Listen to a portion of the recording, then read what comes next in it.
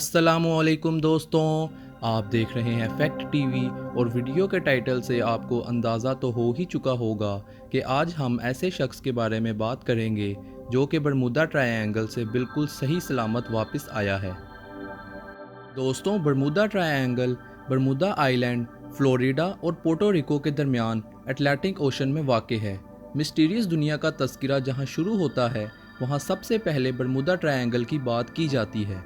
दोस्तों, समंदर के इस हिस्से में कई बहरी जहाज़ और हवा में उड़ने वाले कई हवाई जहाज़ गायब हो चुके हैं, जिनका आज तक नामो निशान भी नहीं मिल पाया।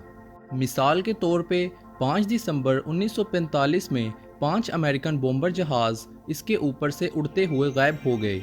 इन जहाज़ों में 14 लोग मौजूद थे, जिनका अब तक कोई निशान नहीं मिल पाया। इन जहाज़ों को फ्लाइट 19 का नाम दिया गया था। हैरानगी की बात यह थी कि जो जहाज़ इन्हें ढूंढने गया था वो भी गायब हो गया और यहाँ से बरमूदा ट्रायंगल मशहूर हुआ। साइंटिस्ट्स के मुताबिक समंदर के इस हिस्से में बहुत ही ख़तरनाक तूफ़ान आता है, जिसका शिकार होकर बहरी और हवाई जहाज़ तबाह हो जाते हैं। मगर कुछ का ये भी कहना है कि बरमूदा ट्रायंगल के नीचे मीथेन गैस मौजूद है, जिसकी वजह से समंदर में धमाके होते हैं और ये गैस आसमान में खारिज होकर बादल बना देती है, जिसकी जद में हवाई जहाज़ भी आ जाते हैं। कुछ लोगों का ये भी कहना है कि बरमूदा ट्रायंगल के नीचे एलियंस की एक बस्ती वाक़ है, जो बरमूदा में दाखिल होने वाले जहाज़ों पर हमला करती है। दोस्तों, इस सब के बावजूद एक शख्स ऐसा भी है जो ये दावा करता है कि वो बरमूदा ट्रायंगल से सही सलामत लौट आया है। इस शख्स का नाम ब्रूस जर्नोन है और ये एक छोटे जहाज़ का पायलट है। 4 दिसंबर 1970 को ब्रूस एंड्रोस से मियामी बीच की तरफ जहाज़ उड़ा रहा था। इसके साथ इसका बाप और बिजनेस पार्टनर भी मौजूद था। एंड्रोस से मियामी बीच का फासला 75 मिनट्स का है। अब आगे जो होगा वो बहुत ही पुरअसरार है। जब ब्रूस एंड्रोस से निकला तो रास्ते में इसे एक बादल का टुकड़ा नज़र आया। ये एक नॉर्मल सी बात है, लेकिन आहिस्ता आहिस्ता इसका जहाज़ 11,500 फुट की बुलंदी तक पहुंच गया। इस वक्त ये बरमूदा ट्रायंगल के ऊपर उड़ रहा था। फिर इसके इर्द गिर्द और बादल जमा होना शुरू हो गए और धीरे धीरे अंधेरा बढ़ना भी शुरू हो गया और सफ़ेद रोशनियाँ चलना बुझना शुरू हो गईं और ऐसे मालूम होने लगा जैसे बिजली गड़क रही हो। फिर ब्रूस को कुछ अजीब से बादल नज़र आना शुरू हुए। ये देखने में दलदल मालूम हो रहे थे और इसे ऐसा महसूस हो रहा था जैसे कोई इसे इस दलदल की तरफ खींच रहा हो।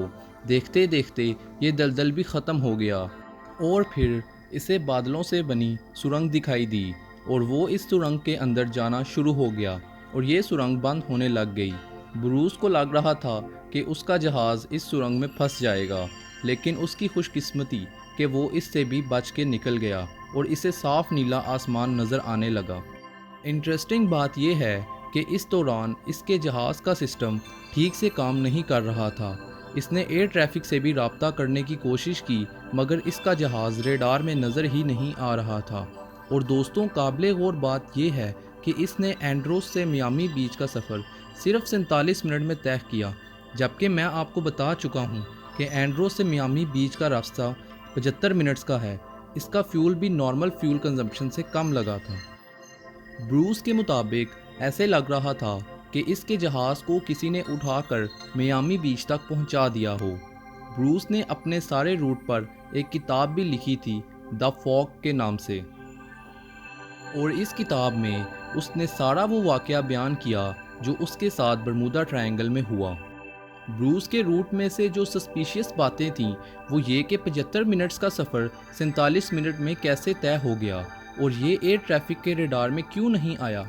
इस बात की कोई ठोस एक्सप्लेनेशन तो नहीं है कि बरमूदा से गुजरने वाले जहाज़ों के साथ क्या होता है, लेकिन कहा यह भी जा सकता है कि सब जहाज़ इसी फिनोमिना से गुजरते हैं, जिनमें से ब्रूस बच गया और बाकी सब गायब व तबाह हो गए। लेकिन फिर भी दोस्तों, ये सब बातें अभी तक पहेलियां बनी हुई हैं। आपको क्या लगता है कि ब्रूस की इस कहानी में किस हद तक सच्चाई है?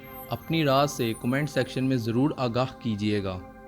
अपनी नेक्स्ट वीडियो तक के लिए आप सबसे इजाज़त चाहूँगा। तब तक के लिए अल्लाह हाफिज़।